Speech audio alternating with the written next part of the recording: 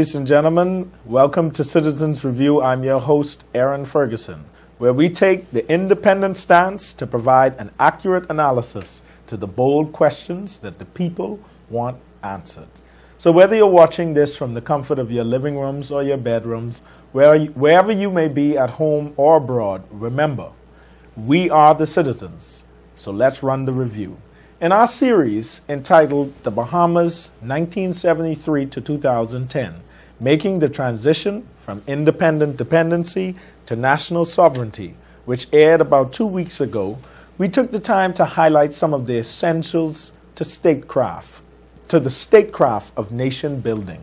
We included the famous, who I call the George Washington Carver of the Bahamas, Godfrey Enyas, and also Tim Harbour from Lucayan Tropical. Take a look at the episode. Any contractor anywhere in this Bahamas will tell you, sand is not the only ingredient you put in when you're making concrete. Yes, we need the sands of hope, of course, but we also need the lime of agriculture. We need the flowing waters of education, the cement of national security, the rock of faith, and of course, we ought not forget that during this blessed Holy Week, we have to mention that we need that ever-present grace of the potter's hand to mold it all together. Now that's how you make concrete. Now let me explain it a bit for the benefit of some of you who may have missed that episode. First, we at Citizens Review took a stroll down memory lane and revisited the baby steps we took towards making the new and independent Bahamas. We explored exactly what it meant to us as people as we became the newest or the first Bahamian citizens. Then we introduced the importance of making the transition from a state of independent dependency, which we're in now, to establishing the concreteness of national sovereignty.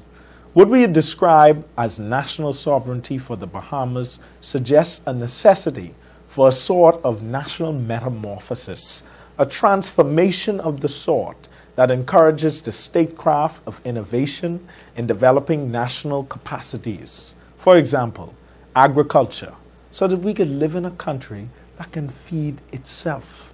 In short, it means having more than simply a flag and a national anthem that denotes your independence. On another note, we employ 41 members of Parliament and endow them with the superordinate powers, meaning that they answer to no one in this world but us, the Bahamian citizens, so that by any means necessary, they are to protect our interests and ensure our survival. But nowadays, with all that's happening around us, as citizens, we have to ask ourselves that critical question: who are our leaders working for? It seems that our leaders are looking through the spectacles of our global adversaries, who see this nation not as a country. Oh, no. They see us as a commodity to be acquired and exploited, sometimes traded on global markets. Our leaders' statecraft in the past decades have been based entirely on this belief that we are to be traded. For proof, one only need to take a look around this Bahamas. Take a look at their legislative practices on Channel 40. Could we possibly be any more disenfranchised? Who are they working for, I ask? Well, Winston Churchill had a famous quote that said, "The further back you look, the further forward you could see." So for the answer, let us examine a little bit of Bahamian history. Because Bahamians back then had a whole bunch of wisdom that we don't seem to have right now. Let's revisit the events of the Burma Road riot. And I know I bring it up a lot, but it's critical that we understand exactly what happened. Because there are some interesting things in that riot that would serve us well to point out. I'll be reading from this book. This book is called Nationalism in the Era of Globalization. Issues from Guyana and the Bahamas, the working people's contribution, get this, working people's contribution to civil society, good governance, and Sustainable Development. That's what I'm trying to get us into. It was written by Dr. Sylvius Wilson. He is a professor of development administration and head of the Department of Law and Government at the College of the Bahamas. That was so when this was written. I'm not sure if he is still that. We want to thank Dr. Wilson for his awesome contribution to the cultural and historical development of the Bahamas. Now, I'm going to read about the Burma Road riot. Follow this closely because a lot of us don't necessarily know the story. We know Burma Road, we know 1942. This is a quick excerpt. The events leading to the Burma Road riots are related to the entry of the United States into World War II. Within this context, the islands of the Bahamas, specifically New Providence, assumed a higher level of strategic importance to the United States war effort. Therefore, within a few weeks of Pearl Harbor, plans were put in place to make New Providence a major air base used by American troops. The building contract for the upgrading and expansion works was awarded by the U.S. government to the Pleasantville Company, which brought in state-of-the-art equipment and advertised for 2,500 workers. The popular expectation was that the wage rate to be paid on the project would have been on par with that for U.S. workers, which was $3 or 12 shillings per day. And that's a gang of money back then. That's good pay. Unknown to the local workers, however, the government, get this, the government had agreed to peg local wages for unskilled laborers at a rate established in 1936 at 4 shillings, 8 shillings less than what the American government was willing to pay. Of course, there was a rising cost of food, clothing, house rent, which had a direct impact on the working people's welfare. All of that was ignored. It is revealing to note that this rate was approximately 1/10 of what American workers at the site at Oaksfield and Windsor Field were earning for identical work.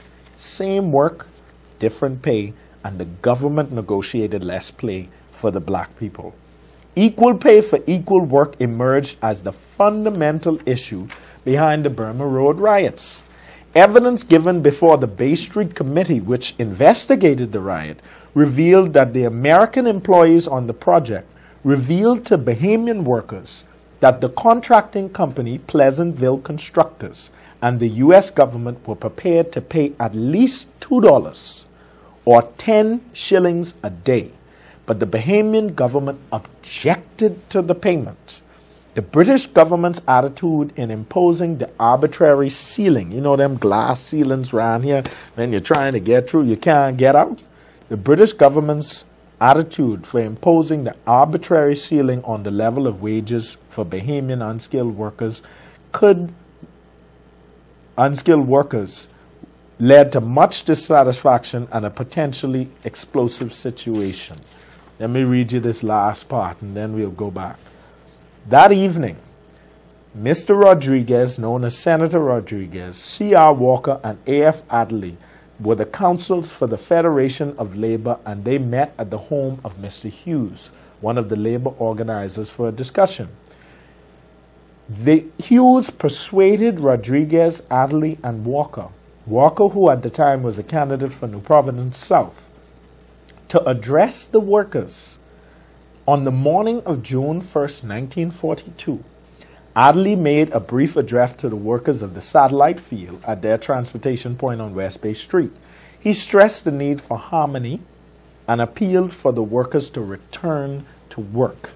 Dr. Walker made a similar appeal at the workers at Oaksfield, where a larger group of workers assembled. Both gentlemen were unsuccessful. The workers refused and almost to the man proclaimed, "No work today." Now this is the sweet part. The crowds grew larger and became very incensed and agitated due to the presence of the police under the command of Captain Sayers, who made clear his intentions of sending for reinforcements. The workers, who were by that time organized, proceeded to march towards the city, some carrying sticks and other implements. On the route, they sang songs and chanted what became and survived as a symbolic anthem of the resistance movement. Burma Road declare war on the Conky Joe. Do nigger. Don't you lick nobody. Don't you lick nobody. Y'all remember Ronnie Butler's song, Going Down Burma Road, going down Burma Road, going down Burma Road, don't lick nobody. That's what happened. That's the Burma Road story, where the workers said, we will not be harmonious, we will not subscribe to their garbage. We will be paid equal pay for equal work. That was us, you know. The citizens said that. What we see here was a description of the events leading up to the riot, as described by Dr. Wilson, with special reference to Michael Creighton and Gail Sanders in their book. But what I want to point out is a bit of the last section that stood out to me. It notes that Senator Rodriguez, Dr. C.R. Walker, and A.F. Adley met with the British Labour officer, Mr. Hughes, employed by the British government. Now, according to Dr. Wilson's research, the entire purpose of these Labour officers sent by Britain that were employed, I will quote it, they were to reduce the militant posture of the burgeoning unions and direct them in a more predictable pattern of growth. Basically, control the Negroes. And according to this historical account, Mr. Hughes met with Dr. Walker and A.F. Adley and Senator Rodriguez, and I quote, he persuaded Rodriguez, Walker, and Adley to address the workers where they stressed the need for harmony and encouraged the people to return to work. So, in other words, when we were supposed to get paid 10 shillings at least, and we was getting paid 4, these men, in the midst of high cost of living, overwhelming poverty of black British subjects, were admonishing these hard workers to return to work and accept partial pay for their blood, sweat, and tears. This is a problem. I guess Mr. Hughes had an argument that was very persuasive to Walker, Adley, and Rodriguez that evening. Yes, Mr. Hughes had the right kind of persuasion, if you know what I mean. Sometimes you and I don't even have the kind of persuasion to get a tin of can or a can of tuna, a tin of corn or a can of tuna. But Mr. Hughes had that Hutchison vampire kind of persuasion, because that next morning, on the morning, they went out and gave those speeches and were the advocates for the British government. Now, aside from that, here's what's interesting. The black British subjects, us, that was us, our parents, our grandparents, they had no rights, no freedoms, no protections of the state, little if any education. They had no cars. They had wooden homes over the hill, no running water, no cable television, no cell phone, no house phone, no internet, no constitutional rights, no freedom of expression, no freedom of assembly, which was illegal at the time. And they said, no work today. They were clever enough to realize that the expatriate agents, the men in black, were certainly not working for them. And given the recent incident of the container port tragedy, where the Prime Minister of this nation prejudiced a police investigation in favor of a privately owned foreign company for possible negligent manslaughter, is what it could have been. We'll never know. Co-signed by the aided and abetted silence of the leader of the opposition. The legislative practices of both of these men in the past decade and other instances similar to that have contributed to our disenfranchisement. I ask the question again, who are they working for? Because it can't be us. It just can't be us. We'll be back after this break.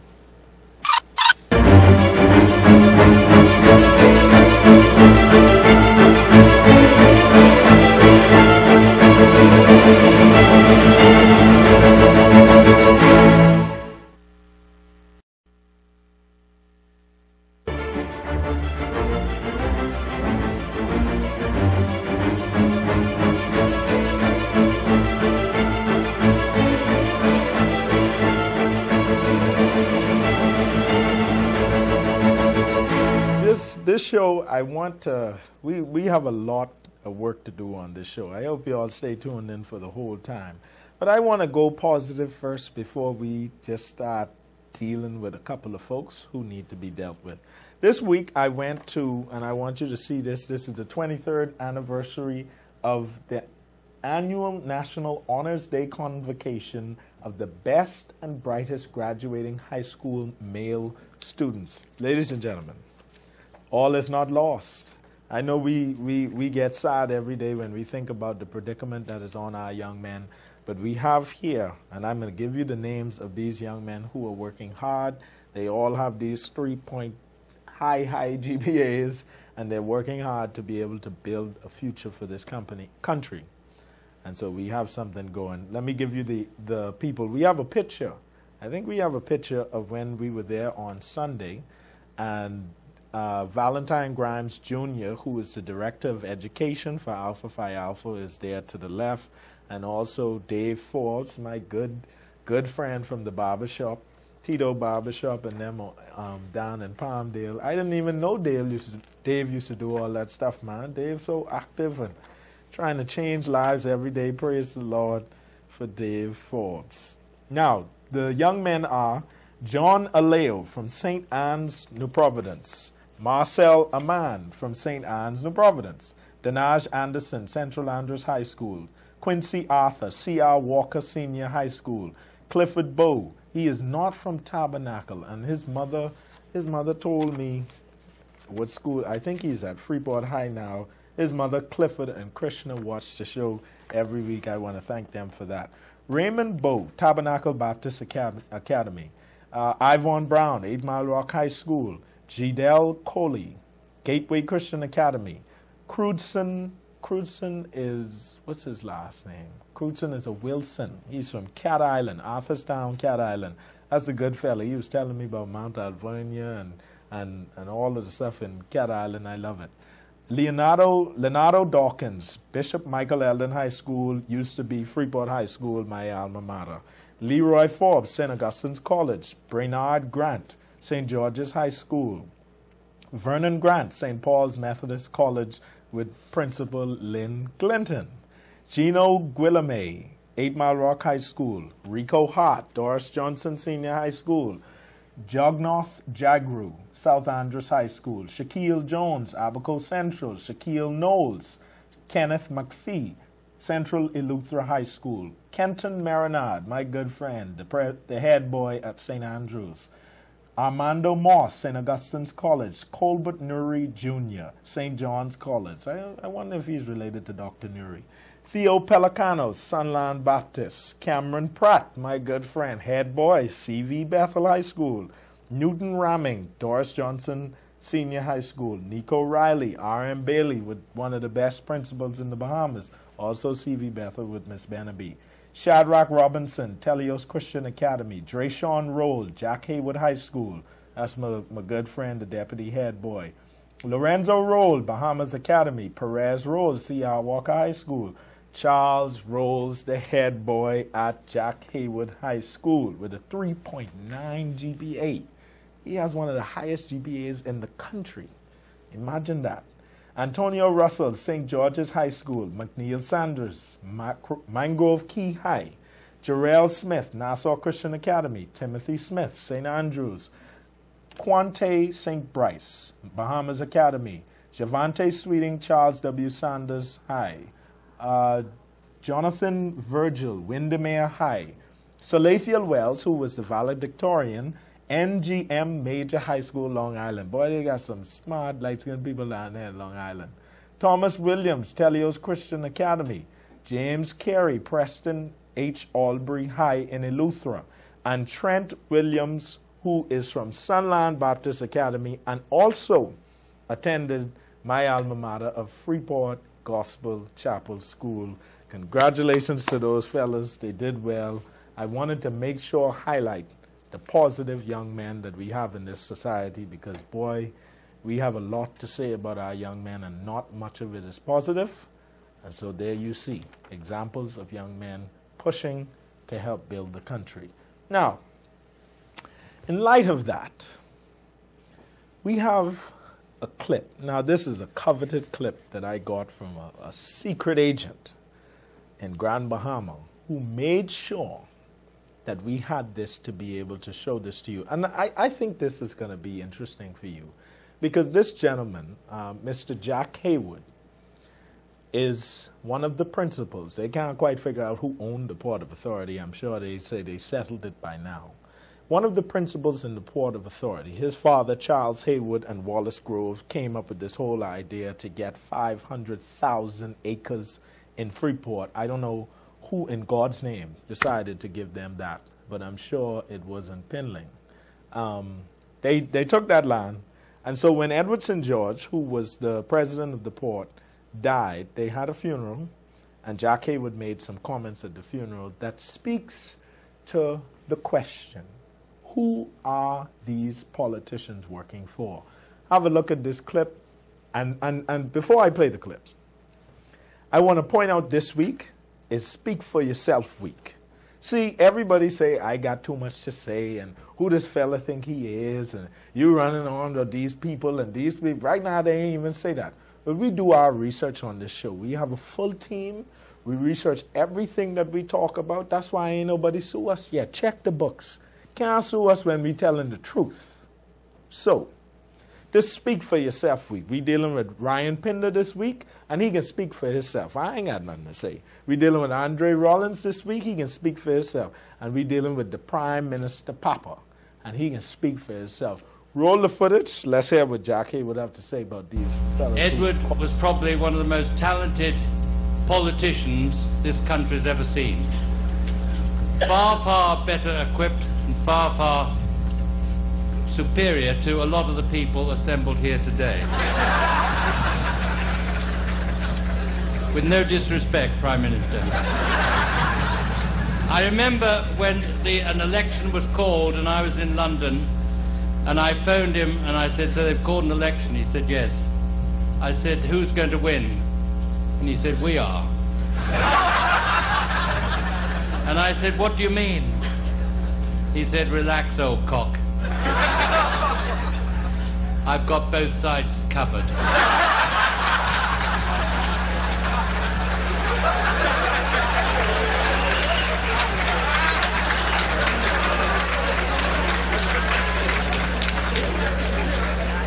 Now, when I watched that video, I didn't find anything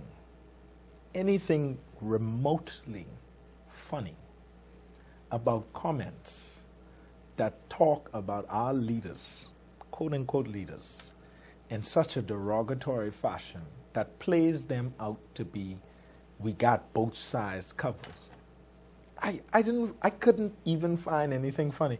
And perhaps Dame Ivy Dumont didn't find it quite funny either, because she took her program and tried to cover her face in shame that Mr. Jack Haywood, Sir Jack Haywood, would come and just completely outline our predicament for us. But since he did it, let's have a look at it. What did he say? He said, we win. The Port Authority wins because we got both sides covered. Now, I'm sure you understand that not to mean that he put his hand over them and blocked them from the sun. So how does he have them covered? We don't need to go into that because we know just how foreign investors cover politicians in the Bahamas. Some of them take it in cash and some of them take it in transfers. I ain't call no names, because you know exactly who you are, and you're probably watching this tonight. And the message to the politicians tonight is that we've let the cat out of the bag. You don't work for us. You work for somebody else. Y'all are all expatriate agents, working for somebody who we can't even see sometimes. All we get is a bunch of pressure. We can't figure out why BEC on top of us, and they ain't on top of them, but we getting pressure. Can't quite figure it out. And so we want to outline today the priorities of the politicians. First, they are businessmen because they cutting deals. Cutting deals one day, 5 years, election, May 2nd, boom. You as a broke man come into politics. 5 years later, all kind of money. Can't find out where the money come from. They're just flossing. And all the rest of us still broke. We can't seem to get a cut of this deal. With they had a famous name for a fellow called Mr. 10%. But that hasn't changed. Everybody seemed to be getting a cut except for the Bahamian people. We get share out. So all these young men graduate from high school and they get a high school diploma and a dead end. No matter what kind of grade point average you have. Where are you going? To college? Costs $20,000 cash a year for a cheap one. So what do our children have as a future? While these fellas cutting deals that don't have nothing to do with our progress. Let me read you something else. This makes it perfectly clear. Someone wrote me last night as I was preparing for the show. And this touched me. I have to read this to you so that you can see the kind of mistreatment that Bahamians get. Hi, Aaron. I was an employee of the former Clico Insurance Company until this caring government decided to call Clico into liquidation on February 24, 2009. We were from the very beginning treated like dirt. The court-appointed liquidators tried to bridge the gap left open by the government, but to no avail, as they were either not able to or simply didn't know what to do or say to some 200-plus displaced employees. We have tried, Mr. Ferguson, every decent, professional, courteous way tact with the government and the opposition. The official opposition met with us in October 2009. Mr. Christie made some shallow promises, and of course, we never heard from Christie again. I guess in comparison to that of the government, the opposition does shine. She being sarcastic there. Boy, this is sad. We wrote to the Prime Minister in August of 2009, and to date we have not even received a letter of acknowledgement. We have called and called and called only to hear that the PM has still not given us a date to be heard. I think this is absolutely ridiculous, and I thought that the government, inclusive of the Prime Minister, are servants of the people. Tonight was the first time I watched and listened to your show, Citizens Review, and I was, to say the least, very impressed. I agree with you wholeheartedly that the needs of the people should be paramount. Is this still the Commonwealth of the Bahamas made for and by Bahamians? It's sad that somebody got to write this, man. These people, so how can the CEO elected by the Bahamian people, us, flat out and rudely at that, refuse to meet with us, the Bahamian workers from whom his government displaced? Mr. Ferguson, many of us are suffering severely, have lost homes, have to move children from schools, have relatives that are critically ill, and the list goes on and on. We are at our wits' end. We do not know what else to do inside the law. We feel like foreigners in our own country. Our government is screwing us royally. I thought the job of government was to, at any expense, protect the rights of and look after the welfare of its citizenry. That's what I thought too. I don't care what the reasons are for calling Clico into liquidation. In any event, they, both administrations, PLP and FNM, dropped the ball and literally allowed what happened to happen. The only people who now suffer for their actions are the policy holders, of which there are some 30,000, and ourselves. Maybe we do need to become radical. Then maybe, just maybe, they will take us seriously. The politicians believe their agendas are what is paramount and not the rights of the people who elected them. I'll be listening intently to hear your comments on this most pressing issue. Why do Bahamians have to sound like that? And it ain't just this person. It's everybody. Daily. And Jack Haywood got the nerve to crack jokes. And the politicians there, you saw them. Ingram was there. Christie was there. Roberts was there busting out laughing like it's all a big joke. We're a joke to them. They don't take us seriously. And the only point at which they will take us seriously is when we get serious.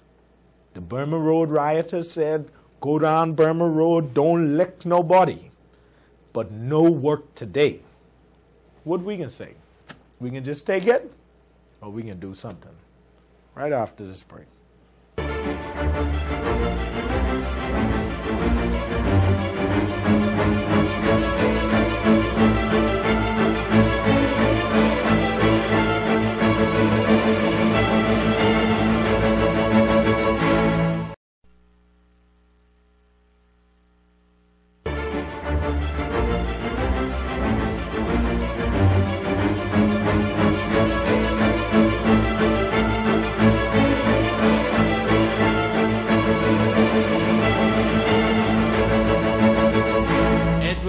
Probably one of the most talented politicians this country's ever seen. Far, far better equipped and far, far superior to a lot of the people assembled here today. With no disrespect, Prime Minister. I remember when an election was called and I was in London and I phoned him and I said, so they've called an election? He said, yes. I said, who's going to win? And he said, we are. And I said, what do you mean? He said, relax, old cock. I've got both sides covered.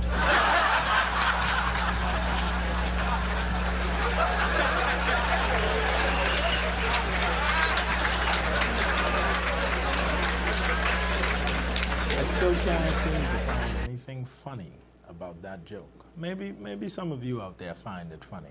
But I just can't catch the joke. It speaks to that idea, that global economic principle that former liberated black nations only have political power.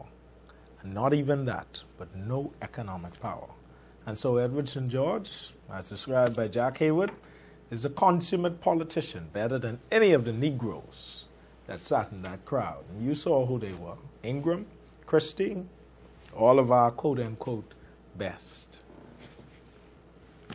Jackie would say, we got both sides covered. You know, the funny part about that for me is that at the end of an election, when the new government comes into power, they are Bahamians born and raised here who can't say that for themselves, who can't say that we okay, because thousands are victimized every election. But Jack Haywood, he got both sides covered. Gotta love the Bahamas, boy. But Jesus said, no servant can serve two masters. In Luke 16, you will hate one and love the other, or hold to the one and despise the other. Joshua says, choose ye this day whom ye shall serve. And if the Bible says, well, you know, that's the end of that story. You can't serve two masters, and I know for a fact, and you know it too, that their master ain't nowhere around us. It's them or somebody who we can't see. Anyway, just speak for yourself tonight. And last week and this week, I talked about Mr. Ingram compromising the whole investigation and putting the lives of those three gentlemen at stake, the investigation into how they died. See these young fellas I just called off? Some of them from Grand Bahama, you know.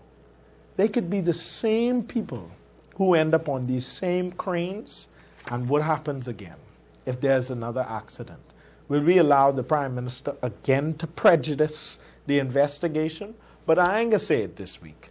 I'm going to let the Prime Minister say it himself. Just like our CNN, you know how they just come on TV and show you when you talk foolishness and how you change your mouth now? Well, let's roll the clip of the Prime Minister completely prejudicing that entire investigation. Let's see it. Hutchison operates ports all over the world, and they have a very good safety record all over the world. I've been to several of their ports in the world, and they have very well-trained staff here in the Bahamas. We're very proud of them, And they've been able to go to Felixstowe, the port in the United Kingdom and elsewhere. And I think it is a bottom up to say that there's a safety issue. But there is, we'd be happy, of course, to be looked at. And I can assure you that from what I know of Hutchison, they'll be most responsive if they discover that there's any issue relating to safety that they are not dealing with. See, y'all didn't believe us.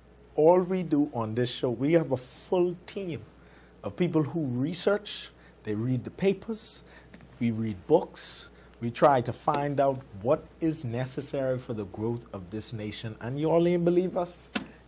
Some of y'all call me and tell me, say, man, that ain't true. Ingram ain't say that. Well, just speak for yourself. I ain't got to say nothing. They speaking for themselves. They say it. We got Rollins coming up next, speaking for himself. We got Pinder coming up next, speaking for himself. And I done show you Jack Haywood speaking for himself and Edward St. George telling us about their bunch of crap they running in Freeport. Now, the Prime Minister got some rumors around him, and I ain't gonna say nothing. I can just roll this clip and let you all think. This must have been what was in his head when he decided that he would go on the side of Hutchison Whampoa. What you drinking? Rum or whiskey? Next. Last week, we commented on Michael Barnett. And somebody came up to me and said, man, you know, you got to do this thing with taste, man. You can't call the decision disgraceful. You know, that's distasteful. It ain't right to do it like that. So I thought about it. I say, you know, he's a citizen too. And his opinion on this show is just as important as everybody else. This is our review. We have to have our space to air our concerns. Just like Clico, these young fellas doing well, this is the citizens' review. So I thought about it. And I said, you know, let's see. Was it distasteful? And I came to a couple of conclusions that I thought I'd share with you about distaste. You know what is distasteful?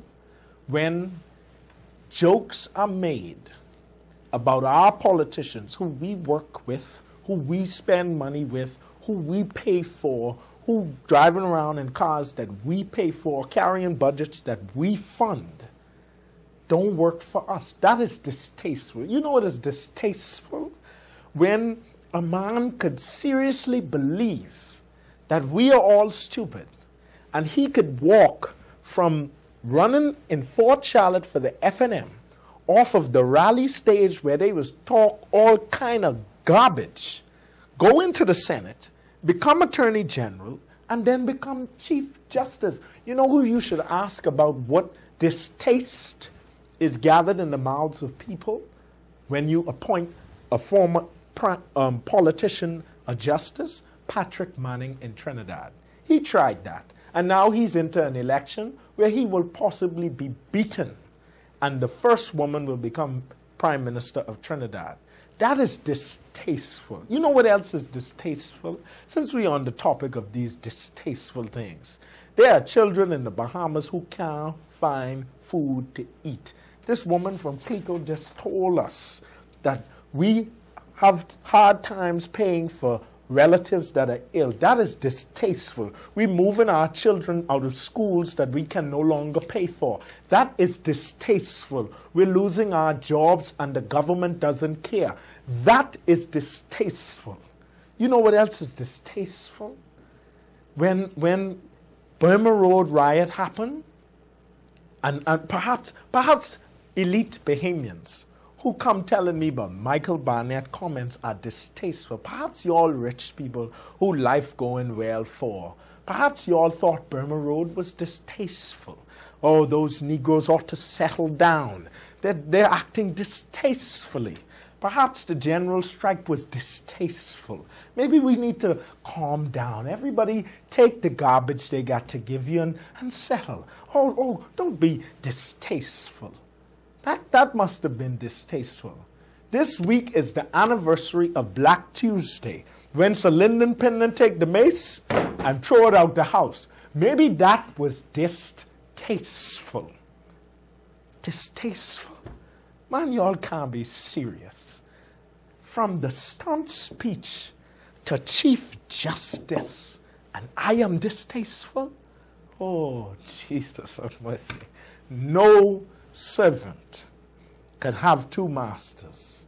Like Cornel West say, I stick in with Jesus on this one. I don't care what nobody else have to say. Distasteful, they tell me. I don't know.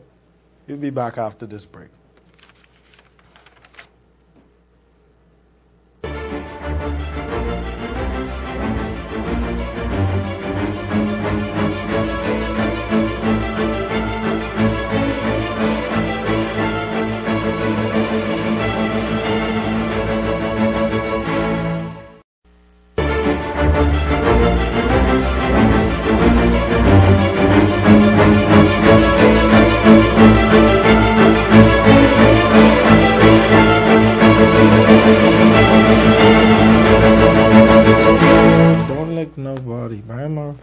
Be back to the show.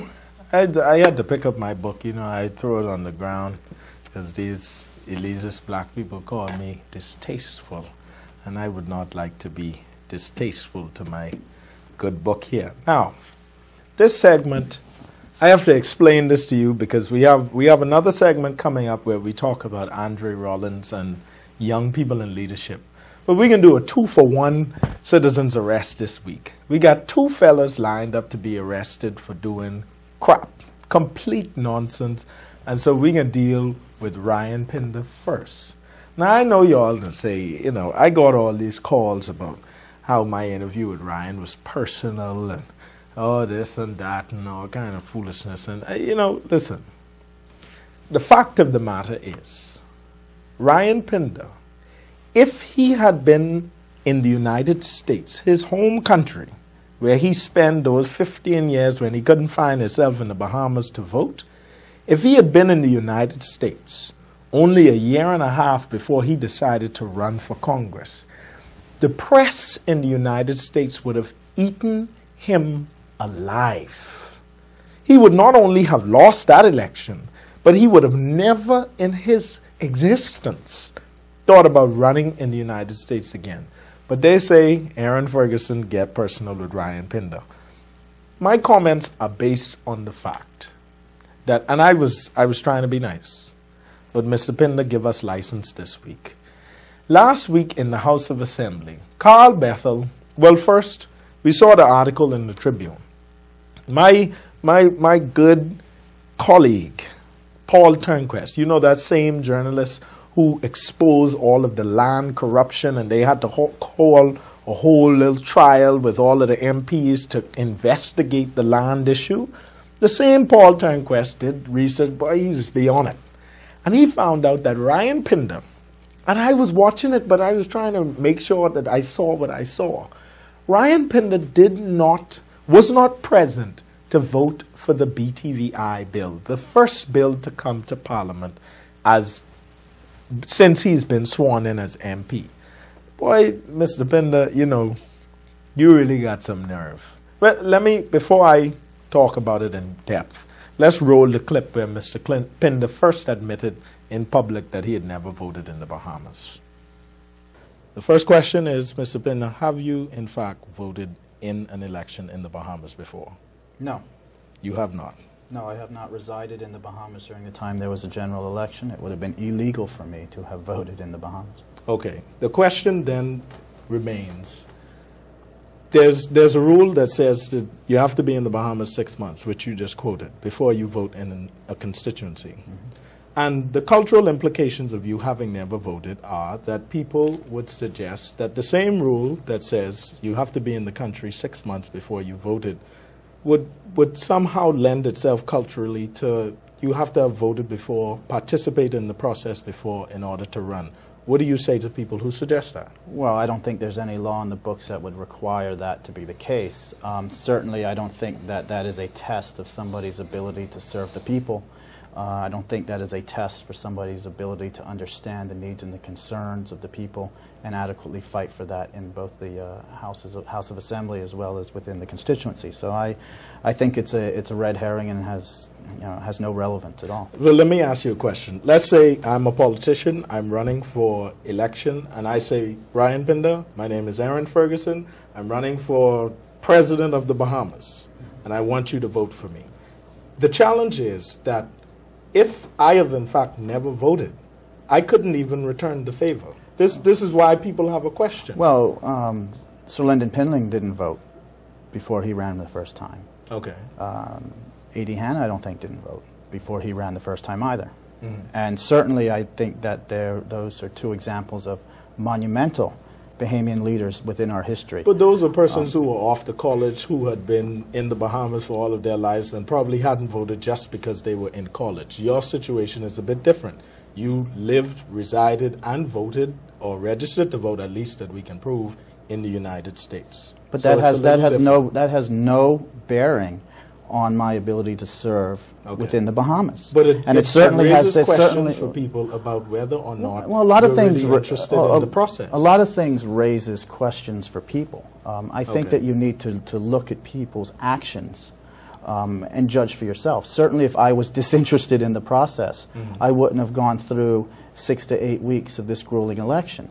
If I was disinterested in the process, I wouldn't have become committed to a political party very early on my return, to the point where I have worked on the ground, building branches within the party, running for party office, obtaining the most votes of vice chairman within the party. One could argue that if you stand to become the member of parliament, that's why you did it, as opposed to being completely interested in the people of it. Well, I would ask those people that have those questions to come and meet with me and pass judgment based upon that. Many of the people that you hear speaking of this have never even met me.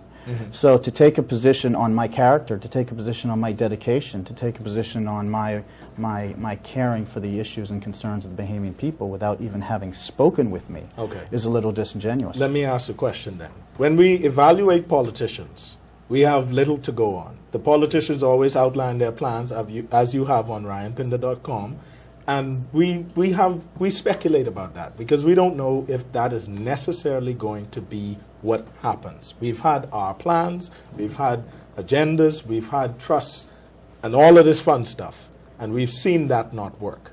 The question is, outside of your plan, how are we to get to know you? So we go and we look at your record, and your record suggests that you haven't voted.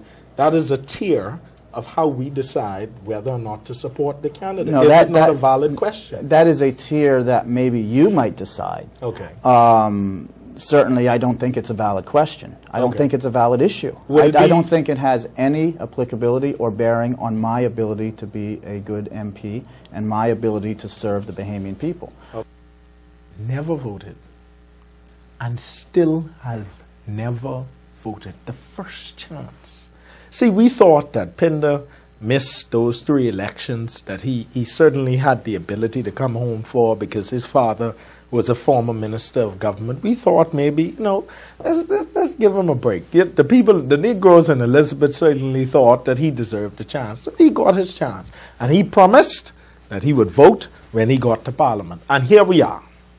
Even Carl Bethel and the FNM said that they were waiting for Pinder to come in and vote so that they could give him a hand clap and say, good job, fella. You finally vote in the Commonwealth of the Bahamas. But Mr. Pinder stands today as a man who has still yet to cast a vote. Now Perry Christie and Bradley Roberts and Brave Davis, what going on with y'all? Where y'all find this fella from? Because it's on y'all. Y'all picked him. Y'all obviously know him better than us because we have a clip where Pinder says that people don't know him and they talk and all this. Play the clip before I go. One could argue that if you stand to become the member of parliament, that's why you did it, as opposed to being completely interested in the people of it. Well, I would ask those people that have those questions to come and meet with me and pass judgment based upon that. Many of the people that you hear speaking of this have never even met me.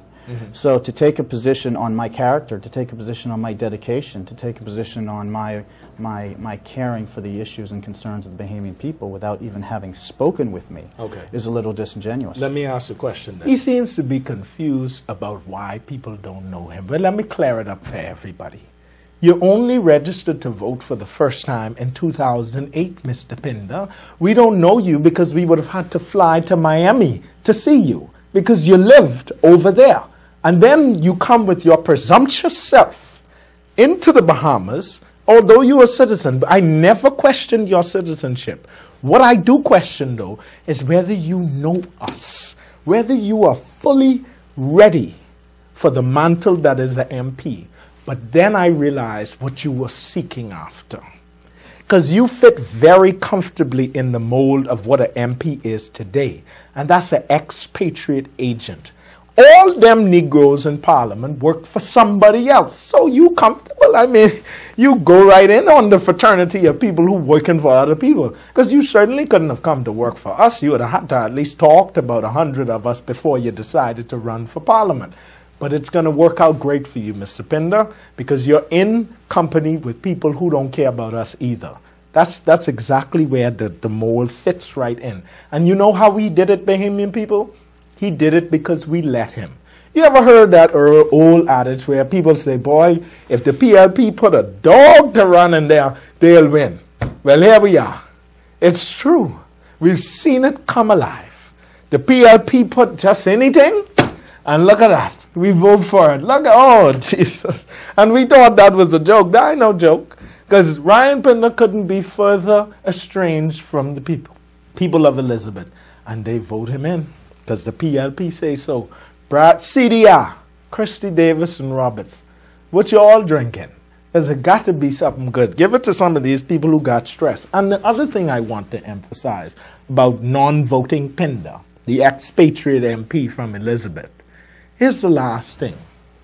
Mr. Pinder is a tax attorney, and we are a tax haven. He represents clients who want to come to the Bahamas to save money on taxes.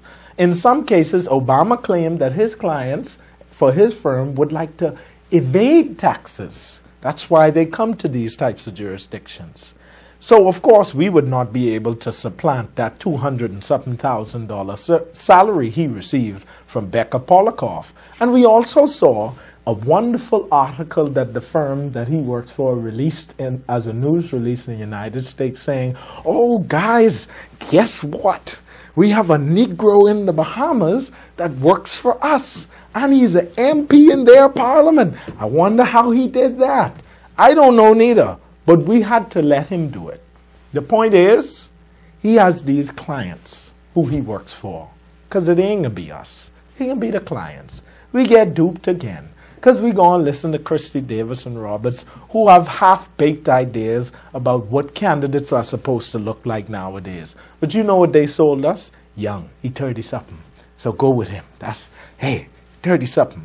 And I keep telling y'all, youth does not mean exceptional. It just means you're young. Randall McCartney, youth, exceptionalism, two separate concepts. So we get tricked again. And guess what? Before I go to break and come back to talk about Andre Rollins, Pinder clients are almost always the tax-evading Americans that hate Obama, because Obama liked to raise taxes to deal with the poor people. Boy, poor people get screwed again. We'll be back after this break.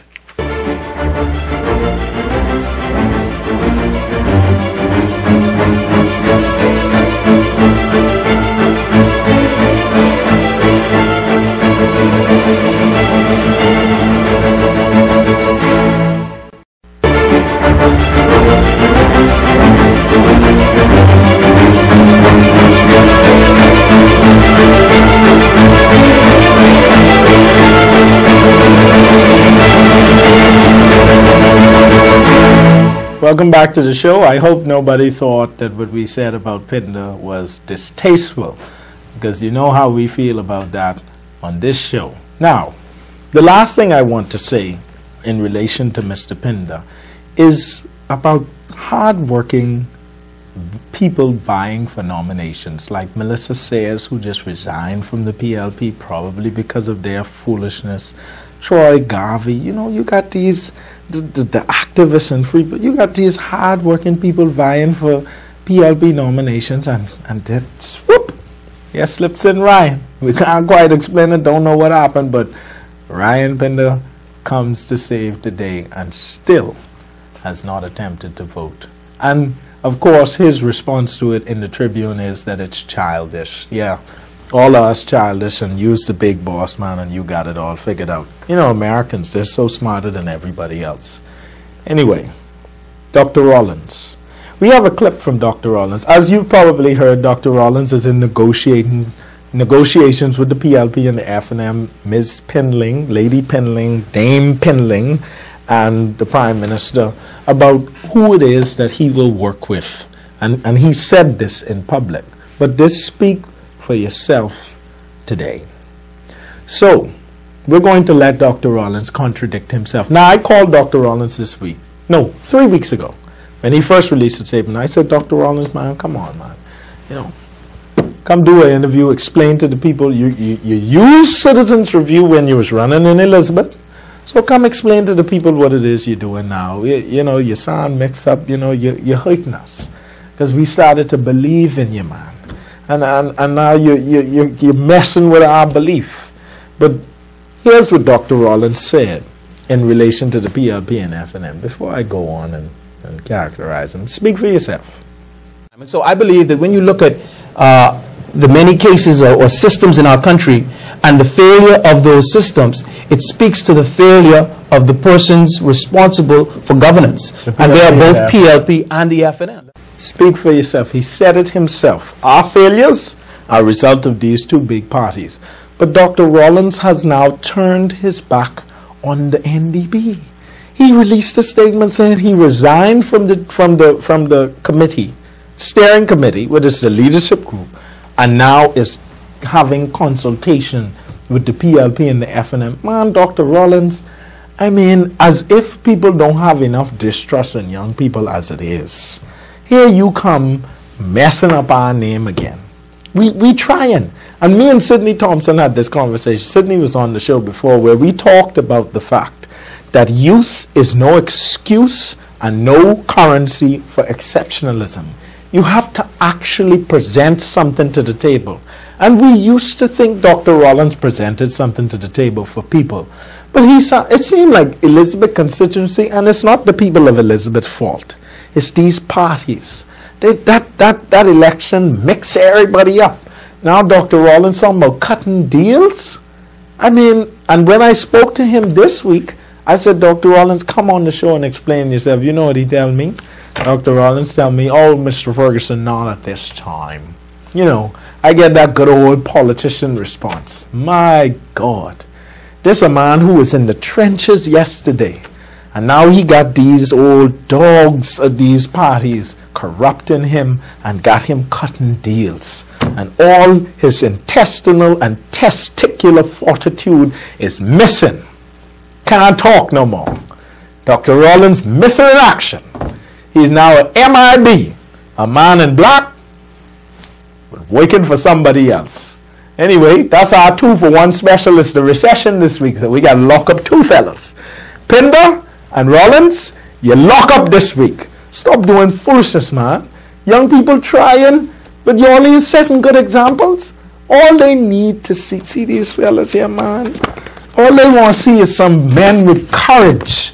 They don't want to see a man that had come from America yesterday want to come tell Bahamians what to do, or a man who can't hold his balls together to be a third party genuinely. He can't even go around the NDP no more. They'll half kill him at the beating.